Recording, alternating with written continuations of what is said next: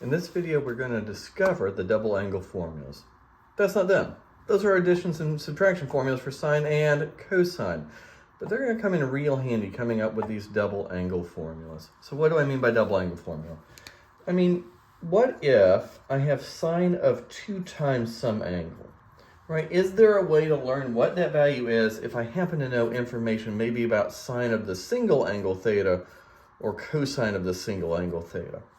Well, it turns out there is, and all I have to do to create this double angle formula is remember that 2 times an angle, 2 times a number, is that angle plus itself. 2 theta is the same as theta plus theta. Well, if I look up here, I have a nice formula for the sine of a first angle plus the sine of a second angle. First angle, second angle. So I'm just going to follow my addition formula here. Sine of the first angle times cosine of the second angle plus cosine of the first angle, sine of the second. Well, if all my alphas and betas are the same angle, this becomes a much simpler expression. These are the same thing because the order in multiplication doesn't matter. So I don't have one of those, I have 2 of those. And there is my double angle formula for for sine.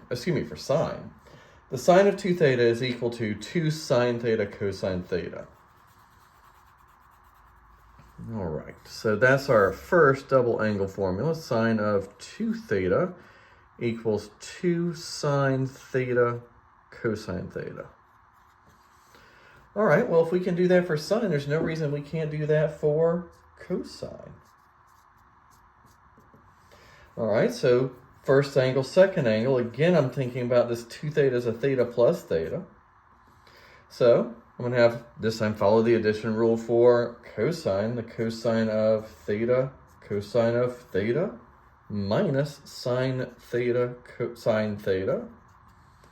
Well, cosine times cosine, that's cosine squared theta, minus sine squared theta.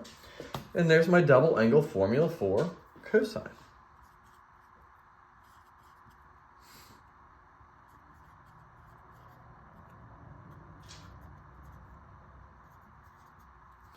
All right, so I got 2 double angle formulas. They look really nice.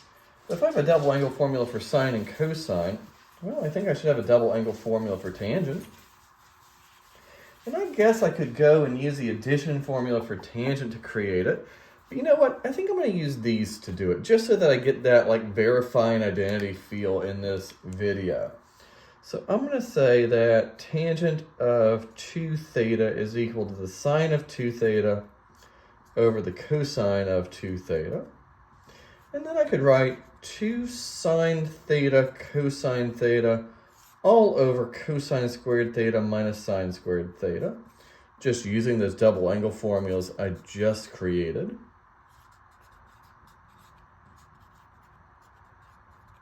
There they are. All right, well, that's not a very nice looking formula right now. I kind of want this to be in terms of tangent. I started with a tangent, I want to end with a tangent. So what I'm going to do is do the same thing to the top and bottom of this fraction. And what I'm going to do is multiply the top and the bottom by 1 over cosine squared theta. All right, along the bottom there, cosine squared times 1 over cosine squared is 1, minus sine squared over cosine squared would be tangent squared. And on top, I have 1 cosine to cancel off. So cosine theta divided by cosine squared. I just end up with a cosine on the bottom, so I end up with 2 sine over cosine. Well, that is 2 times tangent theta. Let's see. I used a reciprocal identity. No, I did not. I've only used quotient identities. All right, I also multiplied by a common factor on the top and bottom. I'm just going to say I multiplied by 1. But now I have my double angle formula for tangent. All right, I want to summarize those in one spot. And then I want to talk about the double angle formula for cosine just a little bit more.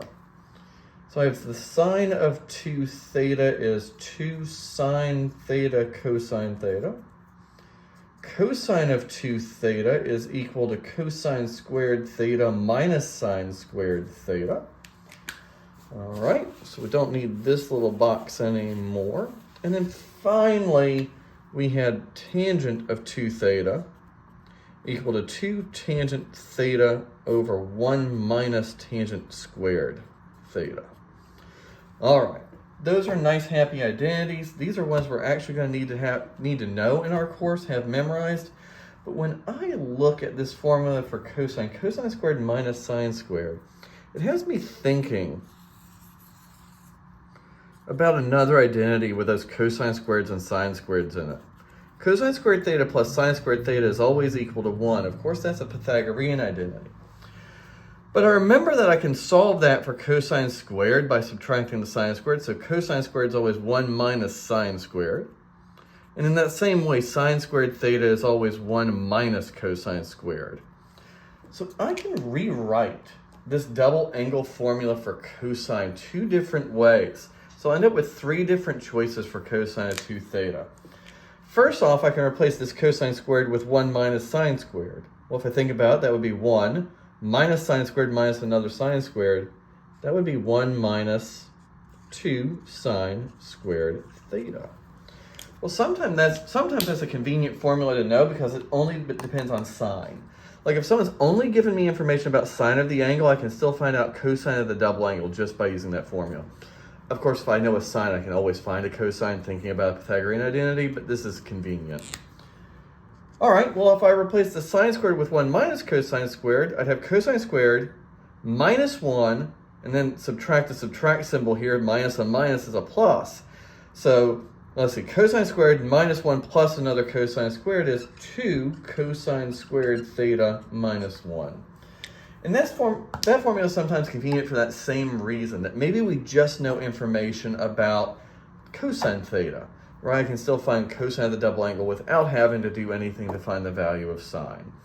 Well, here are our double angle formulas. We need to know all of these for our next unit test, and in the next video or two, we're going to practice using these just a little bit.